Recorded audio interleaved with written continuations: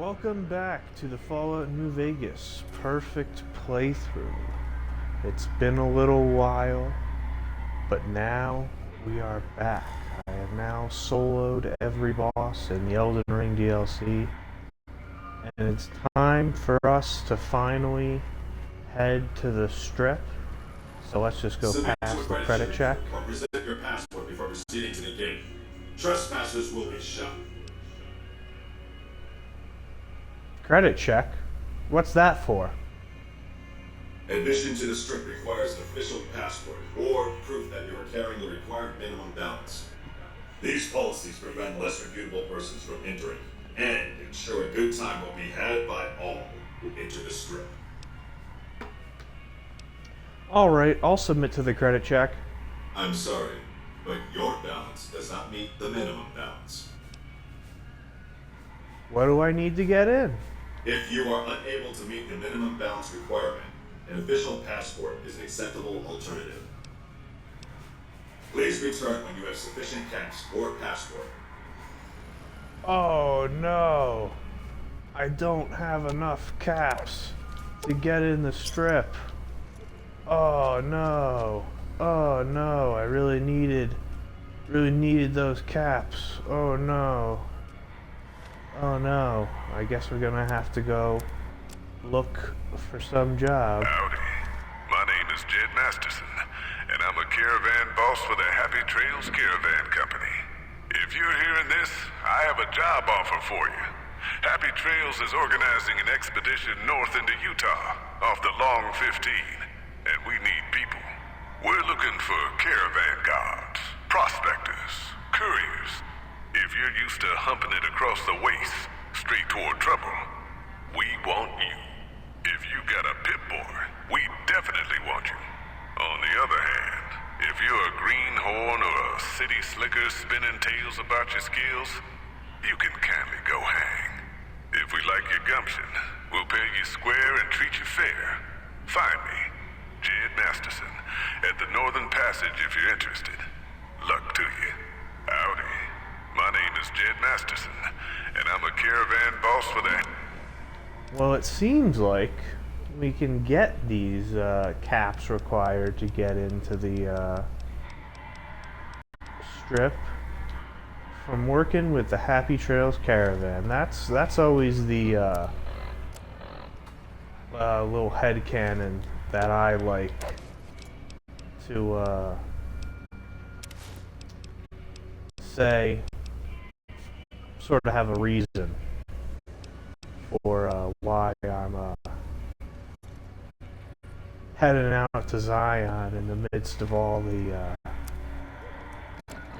crazy goings on in the Mojave.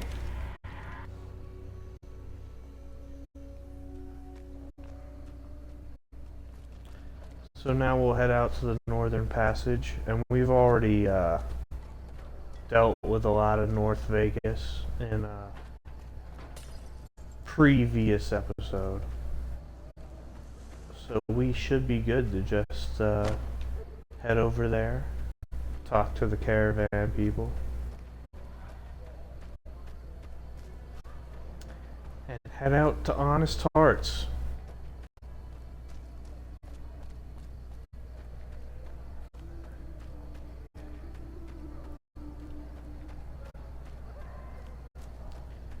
And I really like Honest Hearts, though it's a bit of a shorter DLC, but I think I've got a good plan for the episodes and how we're going to structure them. But here is the Northern Passage, and I think first we're going to dismiss Rex.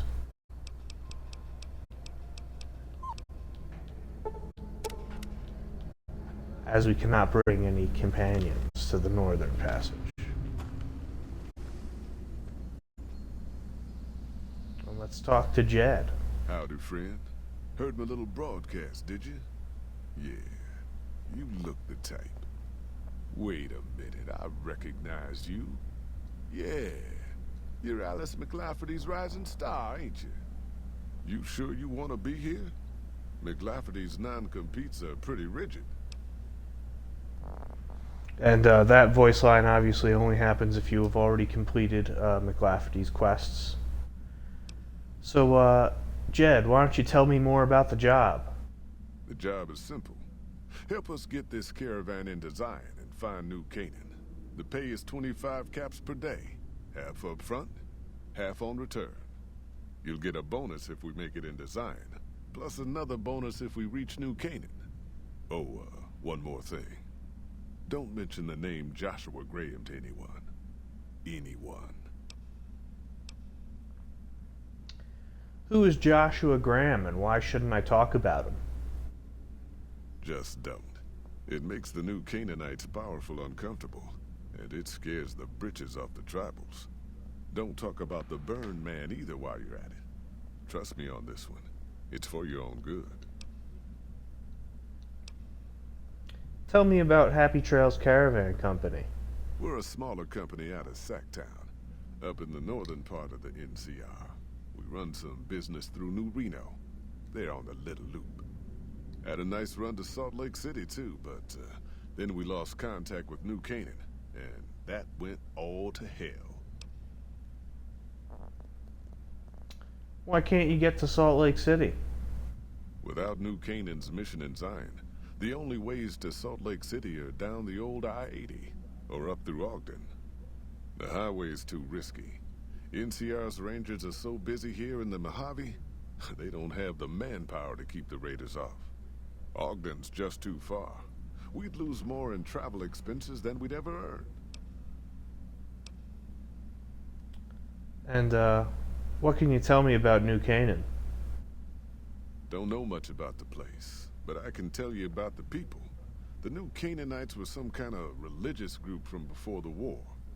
They control the old city of Ogden, a ways north of Zion, and they got themselves a nice defensible mission in the canyon itself. Or they did. They trade a fair bit with the tribes in Zion. Well, the ones that don't try to kill them anyways. Do you know anything about their religion? I ain't a praying man myself. They paid for their goods and dealt square with us. That's all I ever cared about. But don't think that just because they're religious, that they're pacifists. They take care of their own, and they're damn fine marksmen too. You don't know what happened to their mission? Nope. Hence this caravan. If we don't make contact with the New Canaanites, Happy Trails might as well just shrivel up and die.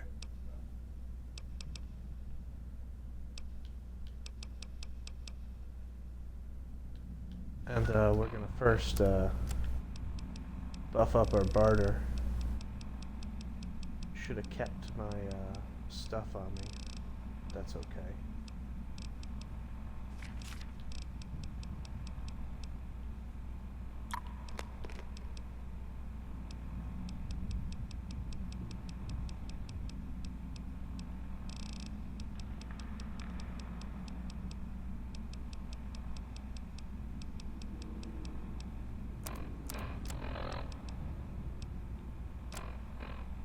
I don't think we have enough barter. That's unfortunate. I guess we'll be missing out on that skill check.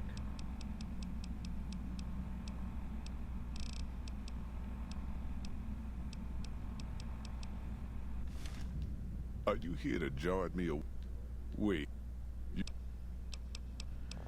And I understand this caravan is headed to Zion. What can you tell me about the area? Well, I ain't never been inside myself. Did some trading with the New Canaanites from their mission there. But that was all on the outskirts. All the old ways in and out were destroyed after the war. But we got ourselves the location of a pass the New Canaanites use. That's our way in. That's why I wanted someone with a Pip-Boy on the caravan. The map will be helpful for checking the topography, keeping us on the trail. I haven't been through Utah recently. What's the situation like? Well, it ain't good, I'll tell you that. It's not like the Mojave or the NCR. Hell, even Arizona under Caesar is safer. You got raiders all over the damn place. Tribes of degenerates that'll eat you as soon as look at you. Regional warlords, the works.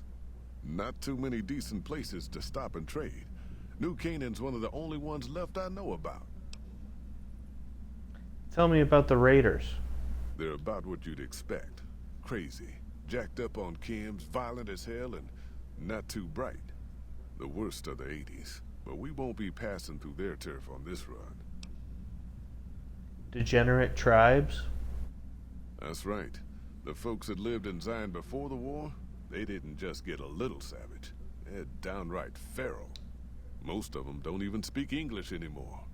You've got to get yourself a new Canaanite translator to talk to them. The ones you really gotta watch out for are the Whitelegs from the Great Salt Lake. They'll attack just about anyone that ain't one of theirs. Warlords? How dangerous are they? Dangerous enough we won't be going near them if we can help it. I got no desire for my head to decorate some little gas station fort's walls, thanks.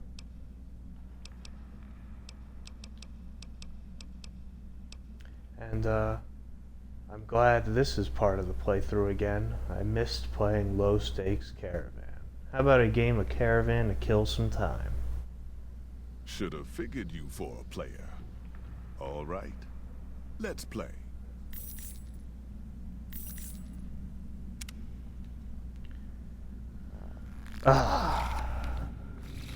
It's like coming home and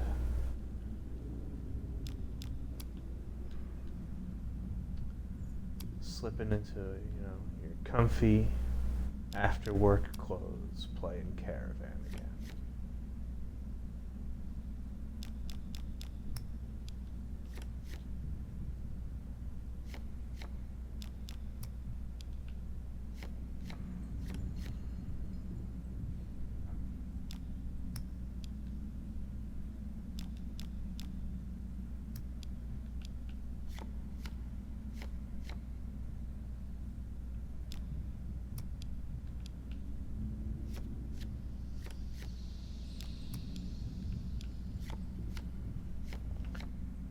Who doesn't love a little Caravan?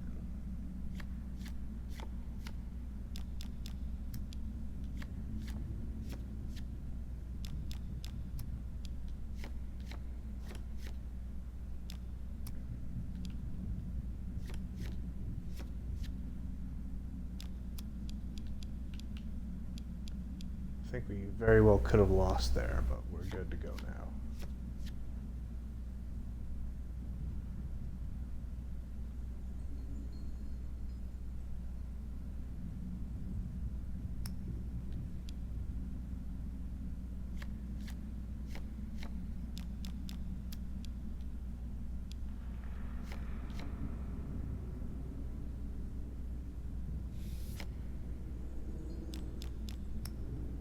This should bring us victory. I love some Caravan. We only have a few players left to play. Let's talk to Stella. Looking to join this caravan, huh? Look to me like you can handle yourself. What are you doing here? Earning my keep. Jed hired me on as a caravan guard for this expedition of his. The work suits me. I've tried staying put in one place, but it never works out. Grew up in New Reno, and I couldn't put that snake pit behind me fast enough. Then I wound up wasting the prime of my life playing sheriff in Caliente. Little town north on the 93. Talk about a pain in the ass. You ask me, best to keep moving. At least the scenery changes. What was that like to grow up in New Reno? Imagine New Vegas if there was no Mr. House-type fella keeping the peace. Then give everybody a gun and a jet addiction. Town's run by a bunch of crime families. No law to speak of. Make trouble and you wind up buried in Golgotha outside town. The scuzz factor's off the charts. Non-stop whoring and drugs. Couldn't walk down the street without getting asked to star in a porn movie. So I got my ass out of there while I still owned it. Guess I figured the answer to every problem was rule of law. Naive, huh? All these characters are all referencing previous Fallouts, like, In Fallout 2, you could star in a porn movie in New Reno. And tell me about Caliente. Place lived up to its name, that's for sure. When you got fresh water and a trickle of geothermic power, always be some gang of assholes wants to kill you for it. Spent more years and took more bullets than I care to admit protecting that hellhole from dangers within and without. If it wasn't the 80s or the white legs raiding, it was someone from town drunk off his ass trying to win an argument with a shotgun. Got tired of shooting the folks I was supposed to protect. So, now I do this. Were the 80s a gang or a tribe? What's the difference? Raiders is raiders. Bunch of them swept into town and dragged off 2 working girls. Deputies and me gave pursuit, straight into 80s territory. By the time we caught up with the girls, there wasn't much left of them, so we turned for home. Made it back to Caliente without further losses, but we was watched the whole way. Never seen so few people cover so much land. Goddamn creepy. If the 80s had wanted to kill us, we would have been dead. Guess they figured we weren't worth the trouble. And what do you know about the White Legs? Used to be they raided northeast of Caliente time to time. But then the Desert Rangers fell apart 10 years ago, absorbed into the NCR. Soon enough, the White Legs were swarming all over that stretch of I-15. Folks learned not to head north if they wanted to keep their scalps. Eventually, the White Legs destroyed the bridges across the Virgin River over in Arizona. End of discussion. Goodbye. Catch you another time, then.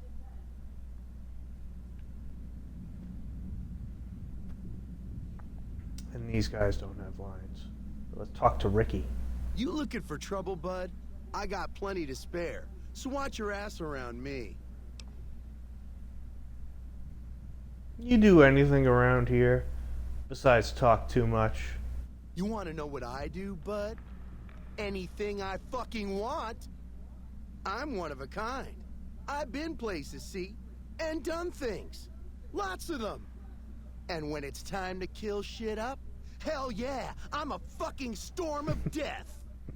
Something or someone make the mistake of crossing Ricky, I'll fucking dead-eye him, her, or it. In fact, that's my nickname. Dead-Eye Ricky. That's my name. Yeah, Ricky's a funny character. Deadeye, huh? How'd you get that nickname? How you think? I shoot things in the eye. That's how good I am. Yeah, I'm that good. Why, once I got jumped by 3 death jaws. Except, actually, it was 4 of them. Imagine that! But I didn't panic. Because I never panic. What I did was become a storm of death. Shot every one of them monsters pop in the eye. Death Jaws, huh? Did you mean to say Death Claws? No, you heard me right. Death jaws. They're like death claws, but bigger teeth. Or there was the time one of them Steel Brotherhood assholes made the mistake of messing with me. Last mistake he ever made. You're saying that you killed a Brotherhood of Steel paladin? What's it sound like I'm saying? If I was saying what you said I was saying, then yeah, I said it. I was walking along, minding my own, and up pops one of them Brotherhoods. He yells, "Hand over that laser rifle, asshole!" So I hand it over, just to make him think I'm scared. But really I'm not. I never am. Before he knows what hit him, I draw my 11mm machine gun and bam, bam, right through the eye slit in his helmet. DOA. Too bad there's no such thing as an 11mm submachine gun. There so is. Or was it 9mm? Or a 10? I don't know. Don't care. Said I was good at killing shit up. Never said I was good with numbers. Do you have any other special skills or abilities? Well, I grew up near Dayglow out west, so yeah. I grew a third nut that glows in the dark.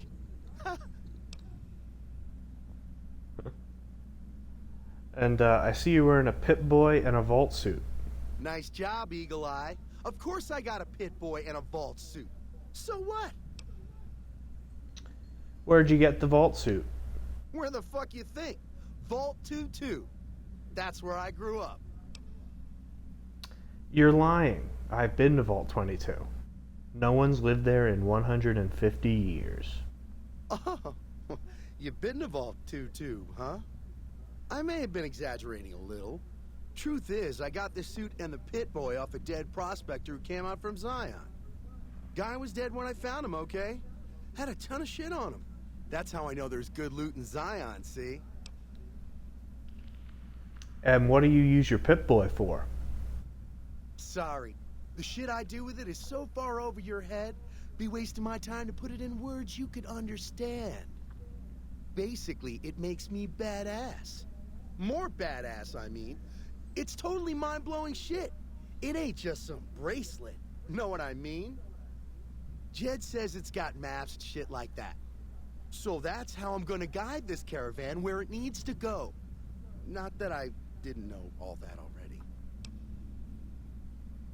Did you notice I'm wearing a Pip-Boy too? Huh? Of course I noticed. First thing I noticed about you. Me? I'm so used to wearing mine, it's just normal. Don't think you're someone special just because you got one. And your Pip-Boy isn't working. The screen's locked up and the reboot button is missing. Bullshit! Ain't nothing wrong with my pit boy. I mean, Pip Boy. Look, this is a sweet gig for me. Don't go fucking it up. What are you after anyways?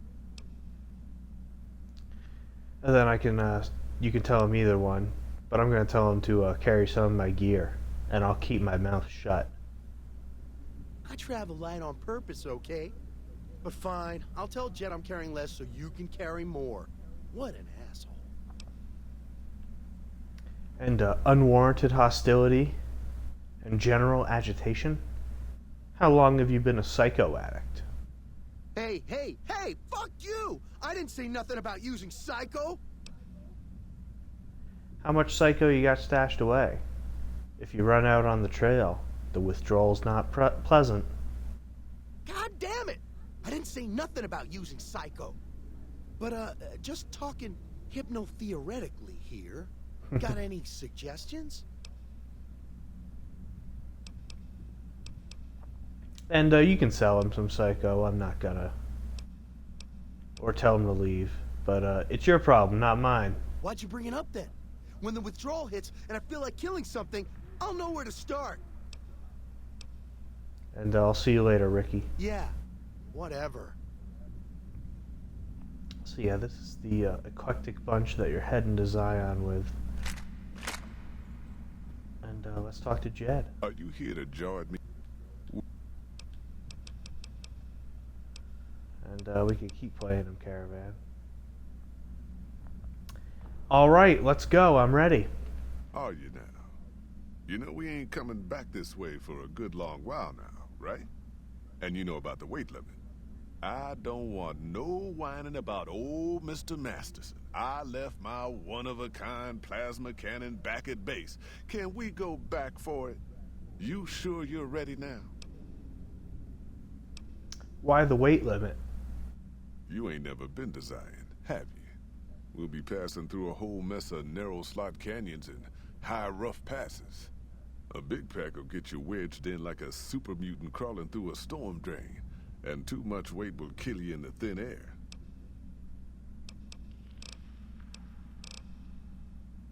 I'm ready to go to Zion. You sure about that this time? We ain't coming back for a while.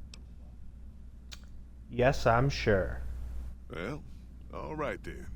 Let's get moving. We got a long road ahead of us.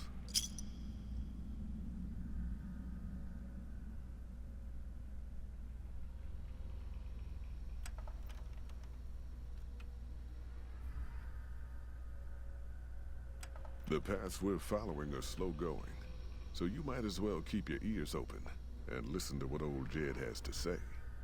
A few decades back, folks in the NCR started to hear about a community in northern Utah called New Canaan.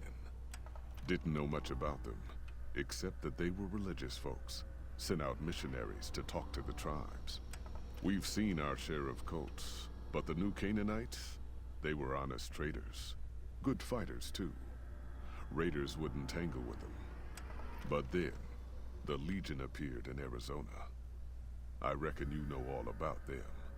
Turns out Caesar's first war chief, the Malpace Legate, was a New Canaanite, Joshua Graham. Legend goes that Graham was the meanest, toughest son of a bitch in the whole damn Legion. The New Canaanites wouldn't talk about him. They were ashamed. Guess I can't blame them. Well, at Hoover Dam, the Malpace Legate finally met his match. Hanlon and Oliver kicked his New Canaanite butt right back over the river. Caesar had to make an example for the others, to show them that even at the highest level, failure wouldn't be tolerated. He had Graham covered in pitch, lit on fire, and thrown into the Grand Canyon. People say he didn't even scream on the way down. Not long after, some of the slaves and tribals started to talk. Said Graham wasn't dead. Shouldn't have been any surprise. All this talk bothered Caesar, so he forbade anyone from speaking his name. Wanted to erase Joshua Graham from history. He got his wish. Joshua Graham disappeared, and in his place came legends of the burned man walking the wastes. Probably just a tribal ghost story. But New Canaan's been silent for a long time. Maybe it's a coincidence. Maybe the Malpace Legate is dead. Or maybe Joshua Graham did crawl out of that canyon and finally found his way back home. All right, people. Been a long couple of weeks, but here we are. Zion. I know your feet hurt. I know you're tired, but I need everyone's mind on the trail ahead. Ain't the trail ahead worries me, Jed. Those descents we made through that slot canyon back up there. Ain't no way we're getting back out the way we come.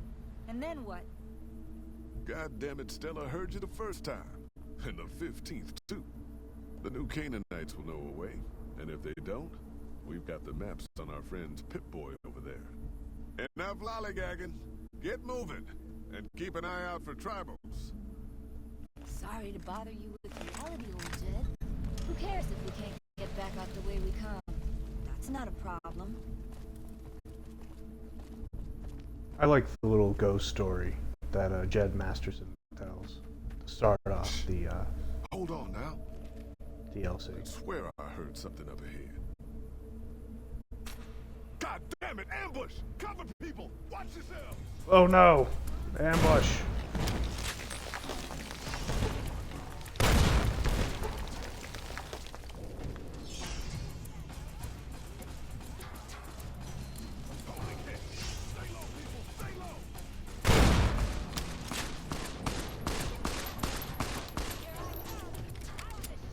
And as you can see, not everyone is faring as well as I would in the ambush.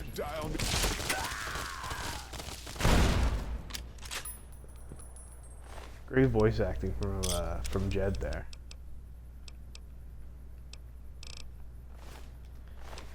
We could have used that scotch earlier to pass that barter check. But yeah, I want Ricky to come because I want his jumpsuit. It's a little callous of me.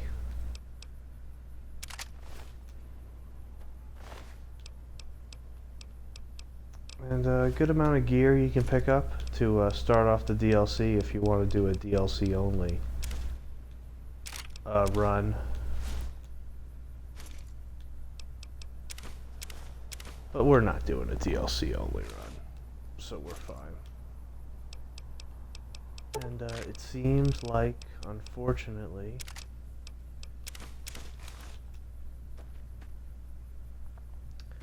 our whole caravan was killed. We managed to survive.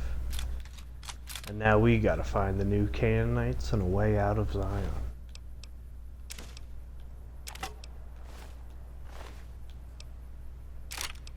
And there's the new 45 auto submachine gun.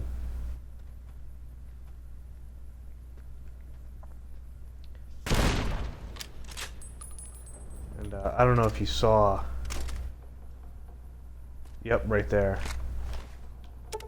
A decent amount of White Legs will carry anti-material rifles, material, and riot shotguns. So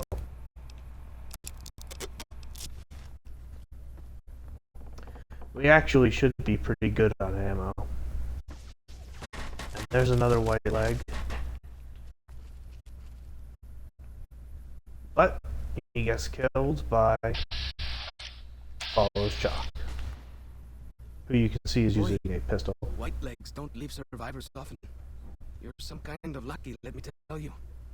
You came from outside, didn't you? From the civilized lands. Wow. Joshua will want to hear about this. Who is this Joshua? Joshua Graham. He leads our tribe. Thanks to him, the dead horses are strong and safe from our enemies. He'll want to talk to anyone coming up from Southways. Guess that means just you now. Come, I can take you to him. Alright, let's go. Good sists. We head east then. Joshua is at our tribe's camp in the Eastern Virgin.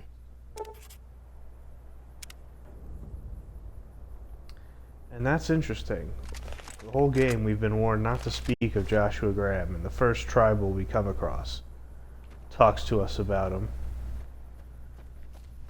A little subversion of expectation there.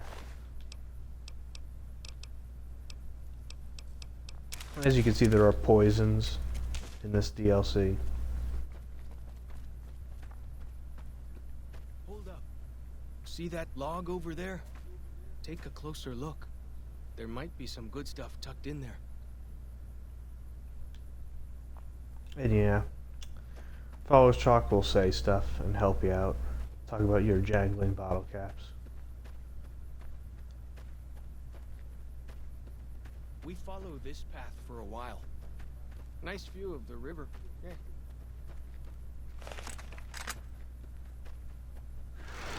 Please.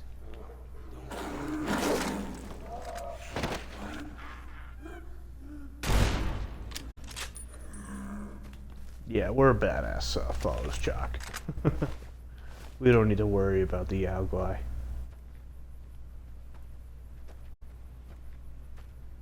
One tap and everything. The Yaogwai meat, important to pick up. Gives you a plus 10% damage. It's a good bonus.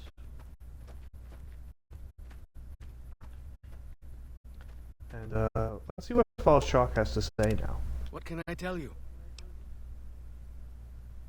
Tell me a little bit about this area. Any interesting wildlife? Mostly it's the mountain bighorners. Whole herd of them up on the cliffs there. Usually they're not too aggressive, but lately, whew. My guess is one of the calves got lost somewhere along the way. Bighorners are communal. One missing calf, and the whole herd gets ornery. If that calf doesn't turn up soon, they might very well come down into the valley and attack the camp. And maybe I'll help with that. Yeah? Hey, thanks. Most of the hunters don't listen when I tell them the problem. Just one thing. Try not to kill any bighorners if you can, yeah? You'll drive the herd off and we'll have to range farther on our hunts. What would you suggest I do instead? You might try luring the baby out with some banana yucca. These bighorners go crazy for the stuff. Alright, I'll look into it. That's great. I'll help any way I can.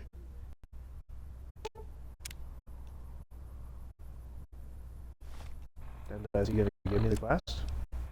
Yes, he gave me the quest. What can I tell you? And who are those tribals who attacked me? White Legs. Nasty bunch. They've been raiding deeper into Zion ever since New Canaan was wiped out. Wait, what? New Canaan was wiped out? How? That's what Joshua said. Whitelegs came down from Great Salt Lake in force, fell on New Canaan before they could mount a defense. Joshua found some of the survivors led by a man named Daniel.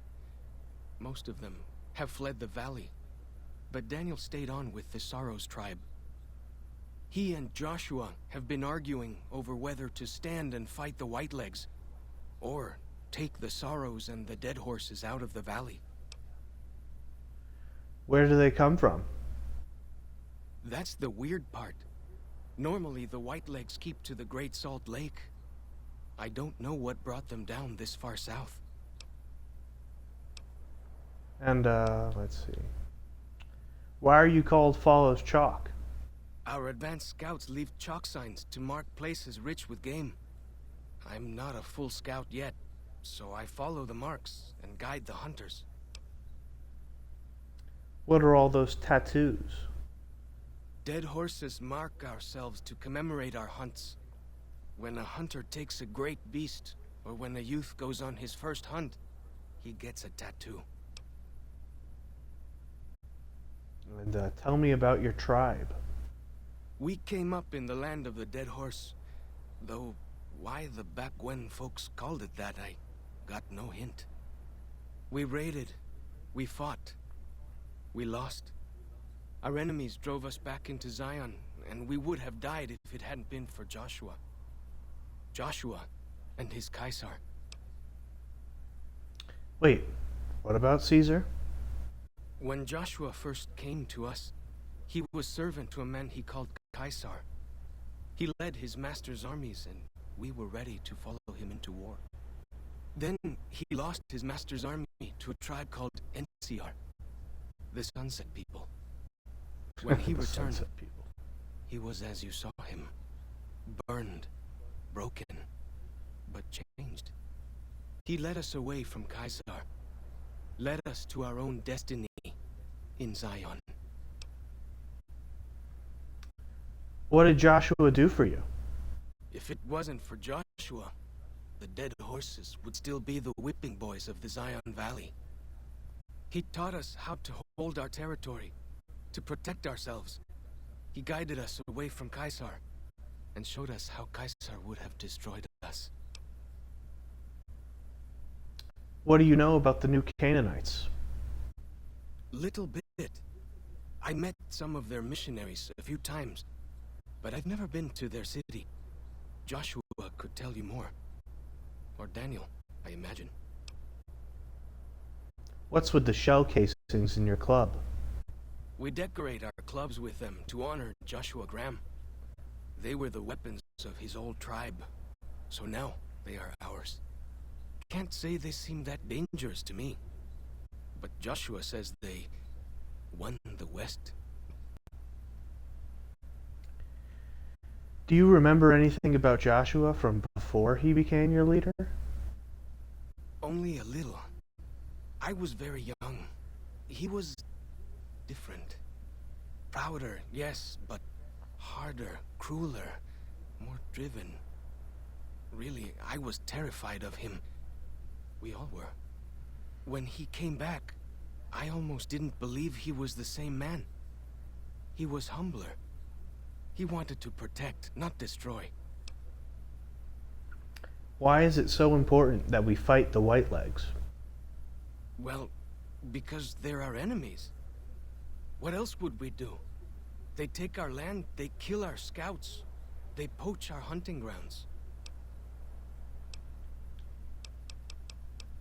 And do you have anything more to say about Joshua? He's been the chief of our tribe since he came back to the valley. He went off to the civilized world years ago to fight a war. That didn't go well. What happened to him? You see his face, you'll understand. The only recent war I know of is when Caesar's legion attacked Hoover Dam. Is that where he fought? I don't know. He doesn't talk about it much. Maybe. But how can two civilized tribes fight over something as small as a dam? Small? Have you seen Hoover Dam? It's bigger than some of these mountains. Really? That's... my gods. Must be some mighty civilized folks who built that. And you'd be surprised what civilized tribes will fight over. Now you sound like Joshua. He always tells me that tribal life is better. That I should stay here and forget the outside world.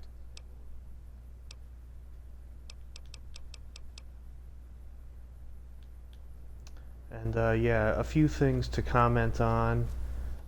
First off, you'll notice the Whitelegs have a very distinctive hairstyle.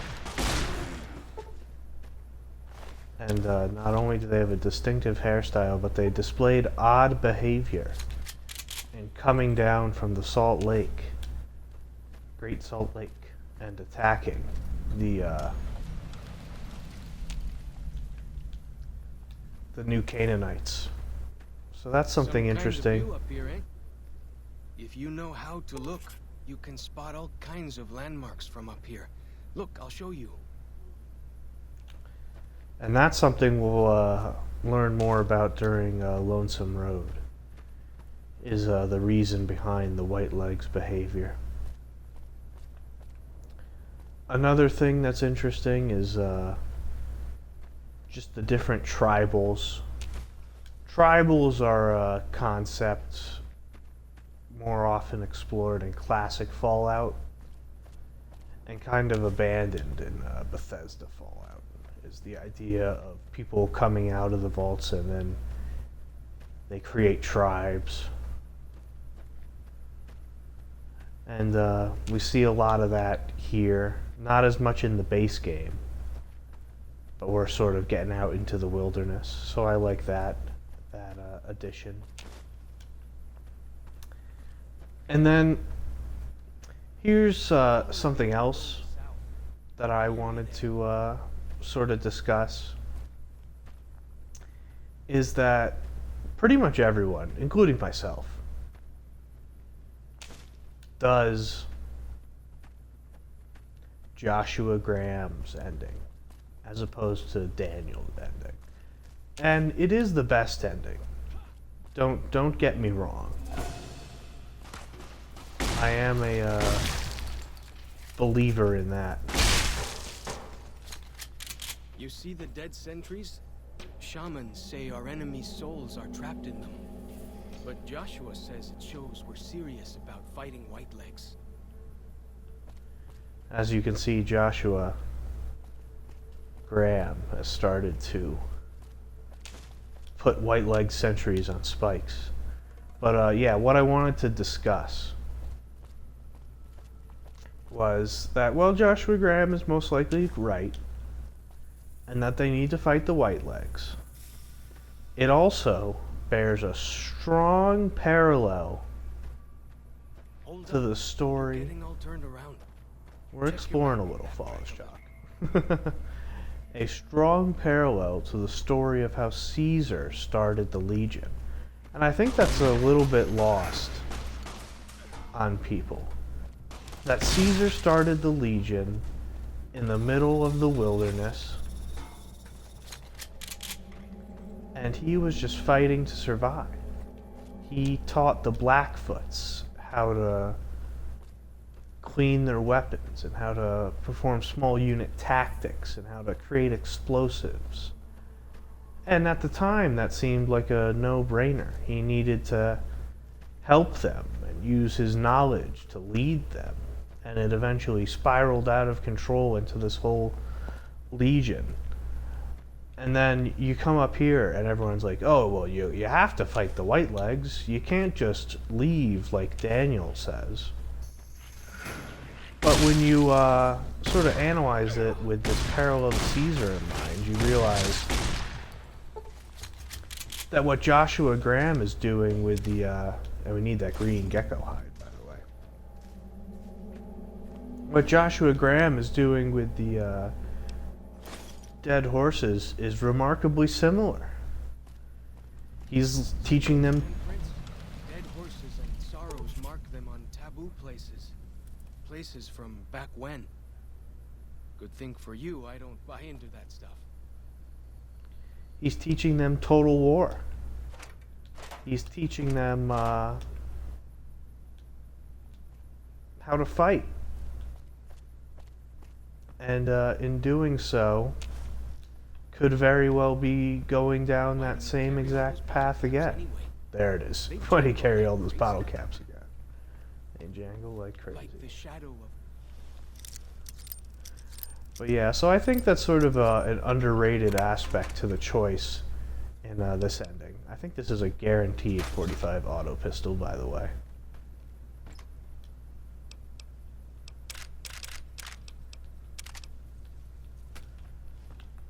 An underrated aspect of the choice between Joshua Graham and Daniel is that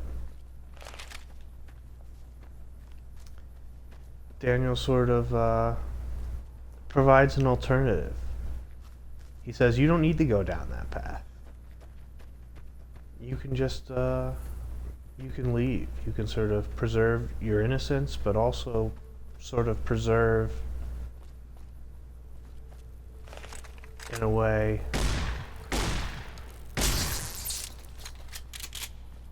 your humanity. And I don't think everyone really takes that into account when deciding on the best ending. But luckily for us, and it's almost a bit... To the north. Hope you don't mind getting wet. I don't want to say cop-out, but there is the fact that you can obviously spare... These paintings show the dead horses' victories against other tribes. Lots more of them since Joshua came to us. You can spare salt upon wounds and sort of get a better ending from the crush. Watch out for traps in the water. Got to keep the white legs out somehow, eh? You can spare salt upon wounds and sort of get a better ending for Joshua while still defeating the white legs, which is what makes crushing the white legs the better of the two endings. But I think there's just a lot more merit to Daniel's evacuation of Zion than most people give credit for. Really? Does that get me? But yeah, another thing that we're obviously not doing, as I've killed before and I'll kill again, is that you can complete this DLC completely pacifist. And that's a concept we'll see a lot more when we get into Joshua's just ahead there, in the Angel Cave. the Sorrows quests. And how I'm going to structure this is we're going to do Dead Horses quests, Sorrows quests, and then explore Zion, and then finish the DLC. So 4 total episodes is what I think we'll do.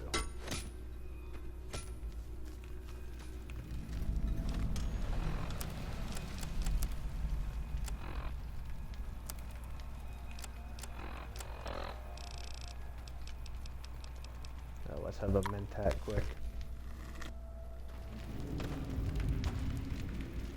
Hoi. Auslander Zuka Joshua Graham. Am I looking for Joshua? Yes, I am. Can you tell me where he is? You know our tongue. Smart, Auslander. Joshua in high place of Cave. You show respect, Utman. Joshua is greatest warrior. You show him no respect. He show you thunder and fire. Okay. Thanks for that. I sure would hate to be shown thunder and fire. Ha ha. Funny, Auslander. Maybe soon dead, Auslander.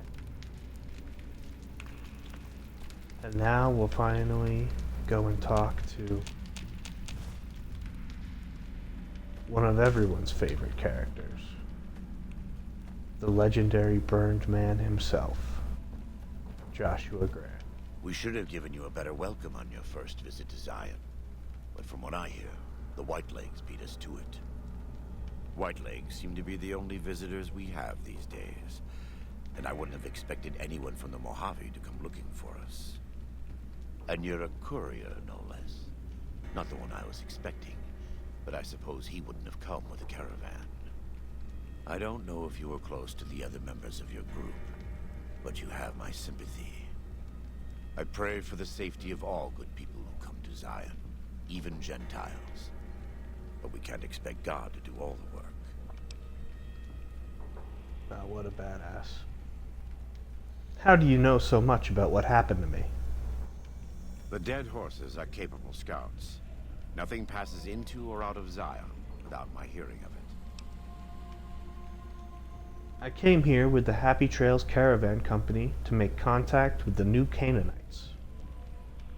Happy Trails. I remember. They were good friends. I have bad news for your employers. New Canaan was destroyed, its citizens scattered.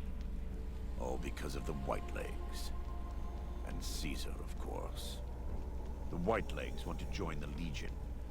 Caesar's rite of passage is the destruction of the new Canaanites, almost assuredly because of me. The good news is that we can help you find your way back. Daniel, one of the other new Canaanites, has made many maps of the region. The bad news is that we can't help you right now, not with everything that's going on. And, I'm usually a nice guy, but Joshua Graham has such a badass response, I have to showcase it. Well, how about I go find dear Daniel and shake the information out of him? There are many reasons why that would be a bad idea. I will illuminate 3. First, do not believe that because Daniel is a missionary, he is incapable of or unwilling to defend himself. Second, if you harm Daniel or any of the sorrows or dead horses, I will find you. Make no mistake. God willing, you will not leave this valley. Lastly, waging war against good people is bad for the soul. This may not seem important to you now, but it's the most important thing I've said.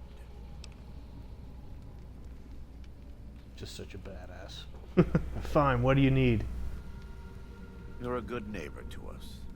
We all go through periods of darkness. In such times, we can turn to the Lord. But it's good to have friends. Daniel and I need pre-war tools to help us navigate beyond Zion. Should we need to evacuate, these instruments will be vital to us. Normally, we would have some of the dead horses or sorrows look for them. But many pre-war buildings in the valley are taboo. They won't go inside.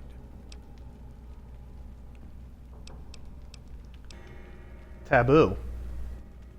The sorrows believe in a spirit that lives in the caves. Say the spirit punished them once for trespassing. They put special marks around the cave entrances to keep people out. It doesn't work on the Whitelegs, of course, but the dead horses are spooked. I'll see what I can do. Thank you. Follow Chalk can help you find your way around the valley. He's inexperienced, but he knows enough of our language to ignore the taboos about pre-war buildings. And let's follow up with some of that conversation on Joshua Graham. Welcome back. What can I do for you? What did you say about a courier? Who were you expecting? Caesar would never admit this openly, but he knows that I'm alive. I've killed enough of his Frumentari and assassins that have come looking. I've heard one of them travels the Mojave as a courier. Most of Caesar's agents meet a fitting end in NCR territory, but maybe this one survived. And pray, God? What are you talking about? I am a new Canaanite. We believe we are the heirs of a spiritual tradition. given to our ancestors thousands of years ago. We have made and kept covenants with our Lord God to honor his laws. In exchange, we are promised eternal salvation after this life. A day will come when our Lord returns to judge us all. Until then, we must honor his laws and start others along the path of salvation if we can. That's why we trade with others and work the tribes. We have more than food and medicine to offer. Good news is our most valuable commodity. If you say so. Whether there is a god or not, his existence doesn't depend on what you believe or what I say. There is much to be skeptical of in this world, so it no longer surprises me to learn how many people don't really believe in anything. But I believe that our Lord was made flesh as Jesus Christ and died to redeem me, and you, and the Sorrows, even the Whitelegs, everyone. And, nice guns. In the Great Basin and Colorado Plateau, all tribes are known for a specific weapon. Whitelegs are known for their big submachine guns, storm drums. They broke into an armory near Spanish Fork and have been using them for years. Of course, the Dead Horses have their wooden war clubs, and even the Sorrows have their Yao Guai gauntlets. This type of .45 automatic pistol was designed by one of my tribe almost 400 years ago. Learning its use is a new Canaanite rite of passage. That is true. In real life. Do you run the show around here? I wouldn't say that. I am the acting war chief for the Dead Horses. They look up to me for such matters, but I only have the authority they give me. Daniel is the spiritual leader and main link of the new Canaanites to the Sorrows. He's up in the Narrows right now. What's going on with all these tribes? A great deal. There are 3, make that 4, tribes here in Zion. You've already met the Whitelegs on the way in. In this camp, you'll find Dead Horses. In the Narrows, the Sorrows. And finally, there's Daniel and myself.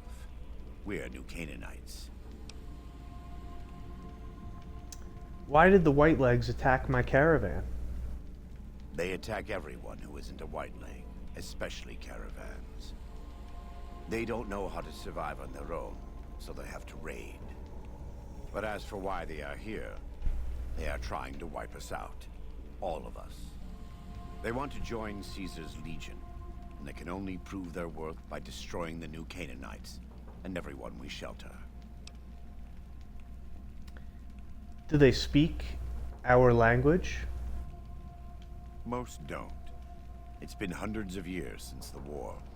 They've developed their own languages. Take the Dead Horses. We think they were originally refugees from a place called Rez, east of the Grand Canyon. They speak a combination of Rez and a language spoken by travelers who were visiting Rez when the bombs fell. Over time, 2 languages blended. I was a translator years ago, but it's hard to keep up with all of the tribal variations. I believe res is short for reservation. Does the valley belong to the Dead Horses? The valley belongs to God, but no. The Dead Horses live at Dead Horse Point, up the Colorado River. They came here because I asked them to. Before I returned to the fold, I visited them years earlier. I looked much different then, but I left an impression on them. I taught them how to hunt more efficiently, how to maintain their weapons and pre-war equipment. When I returned, they showed their appreciation. Why haven't I seen any Sorrows in the valley? The Sorrows have many skilled hunters among them, but no warriors. They have not had to deal with war or raiders for decades. Even though they can hunt a full-grown Yao Guai, they don't know how to deal with the Whitelegs. That's why we're here. Are the new Canaanites really a tribe? We wear more clothing than them and understand more about technology. But we're still a tribe, a linked family of families. The Boneyard, Phoenix, New Vegas, They're just places, metal and stone. New Canaan dies, but the tribe lives on. When the walls come tumbling down, when you lose everything you have, you always have family. And your family always has tribe. Exactly right, Joshua. And he is a Let me 100. have a look. My tribe may take too much pride in its mechanical talents, but in truth, we are intrigued by the workings of a fine firearm. He's one of the few 100 repair skill guys, keeping all your stuff. And do you have anything to trade? We do. Though the Whitelegs destroyed New Canaan, they didn't destroy all of our supply caches. All forms of currency are recognized here. Caps, NCR dollars, even Legion coin. Take a look. And see, we did in fact come here to trade. So why the heck not?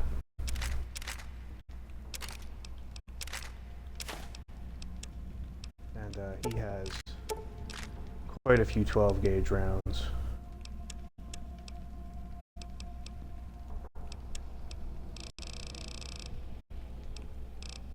And you don't need to buy this stuff right now for the War Club, as it will move to the gun runners. But yeah, he's got a lot of primers and powders and stuff. He's a pretty good shop. And do you mind if I ask some personal questions? Right now, I'd like you to focus on helping Daniel. Maybe there will be time later. Fair enough. We'll get back to him. God. But yeah, what a badass. Also, here's some good Joshua Graham stuff. Listen close.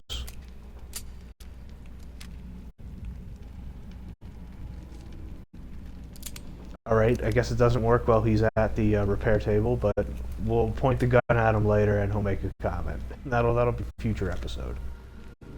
Stuff. And the first thing we gotta do is get this cache, survival cache,